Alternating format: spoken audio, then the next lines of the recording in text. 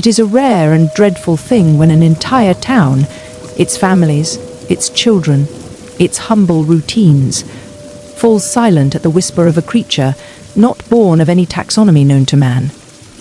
Yet herein lies such a tale, one sent to Goblin's black candle under the trembling title, The Skinwalker That Emptied an Entire Town, a true deputy's confession. I have spent years collecting confessions from those who have brushed against the supernatural. But never have I received an account so steeped in terror, so saturated with the chill of inhuman cunning, that a whole community abandoned hearth and home rather than share their nights with the thing that stalked them. This is the testimony of a former deputy sheriff from northern Arizona. He begged anonymity.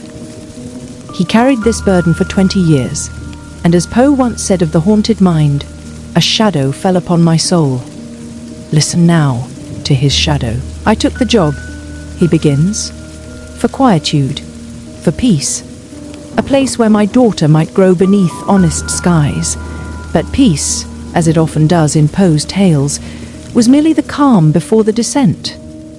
The first report came on September 23rd.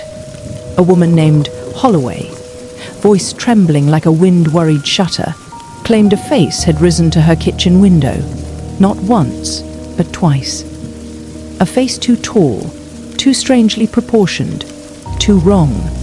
He investigated, found only faint scuff marks, no footprints, no sign of forced entry, and so he dismissed it, yet a cold spot of doubt, as he put it, formed in his mind. But the next call, and the next after that, carved the doubt into dread. A dog who howled until dawn and would not enter the yard. A figure moving at windows at impossible height. A presence that loomed but vanished without trace. A lesser tale would end here in uncertainty. But this one had only begun its dark unfolding. No wolf nor cougar could have done such things. Livestock were found torn apart, uneaten, and scattered like the remains of some grim ritual. Wire fencing ripped as easily as parchment. A goat slain but left untouched. Dozens of chickens shredded in a single night. It was hunting, the deputy recalls, but not for food. No tracks, no pattern, only carnage. It was as if something vast and lean moved through the town with the silent purpose of a revenant. And then people began seeing it, tall, thin, swaying as though its bones had been carved too long, moving like a marionette in the hands of some cruel and unseen puppeteer. The first true horror came at midnight. A woman named Patricia heard her husband's voice calling from outside the bedroom window. "Trish, come outside. Trish, I need you." Her real husband lay asleep beside her. Poe himself could not fashion a more soul-curdling moment. The deputy found footprints beneath the window that were almost human, yet far too long, far too stretched, as if mockingly imitating mankind. The stride was monstrous, steps spaced as though the thing walked on stilts, or possessed limbs twice the length of any earthly creature. And worse, they ended suddenly, as if the creature had lifted itself into the air, or vanished. Fear spread like a plague. Children refused recess. Parents crowded the school parking lot. Teachers whispered of shadows at windows, figures on rooftops. Every night, someone else saw something. 2 shapes pacing the tree line. 3 figures on the ridge at dusk. Eyes watching from between houses. Dogs would not go outside. Livestock went mad in their pens. The roads grew empty after sunset. As the deputy recounts, the town felt hollow, as if something ancient had awakened, and all our normal lives were suddenly trespassing upon its domain.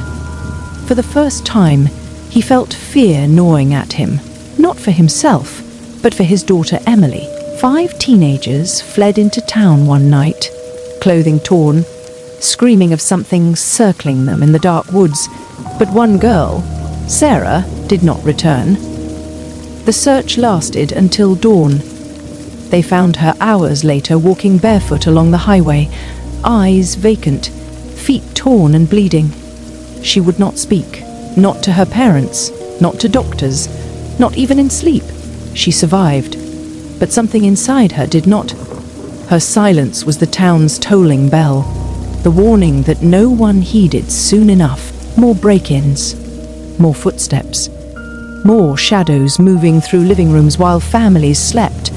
But nothing prepared him for the night it finally came to his house. His daughter's scream cut through the quiet like a blade. He found her shaking, pointing at her window, whispering, "It was watching me." Below the window were those same stretched, unnatural footprints, fresh, unmistakable. That was the night his wife demanded they leave, and he could no longer argue. The deputy's own encounter came earlier, at a hardware store alarm call.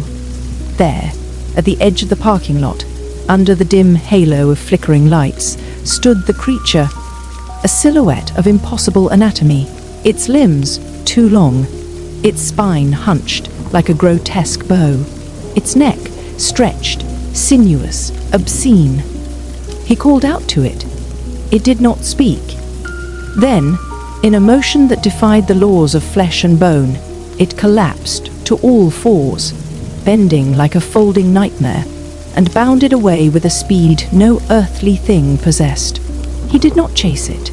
He could not, as he describes, had it run towards me, I do not believe I would be alive today. A man named Robert finally shot the creature during a break-in attempt. Blood, dark as ink, splattered across the porch and yard. They tracked it across rocks, soil, shrubs, and then the trail ceased, instantly, as though the creature had vanished into the air. "What bleeds should die," the deputy muttered. Yet nothing that night obeyed the laws of nature. Days later, the sheriff himself saw it in daylight. By then, he too was ready to abandon the town. Within 48 hours, the mayor issued an emergency evacuation order. Credible threats to public safety, they called it, but those who lived it know the truth. The town was not abandoned. It was driven out, emptied, hollowed, devoured in spirit, if not in flesh. The creature, whether one or many, remains unaccounted for. "I do not ask that you believe me," he concludes, "only that you understand the danger of believing your world is safe. One thing, one being, made an entire town flee into the night, and it still walks somewhere beneath those desert stars." His message ended there, but the shadow of his story lingers. Thank you for listening to this tale on Goblin's Black Candle, where the lantern burns low and the darkness presses close. Stay vigilant, stay wary, and should something call your name from outside your window, do not answer.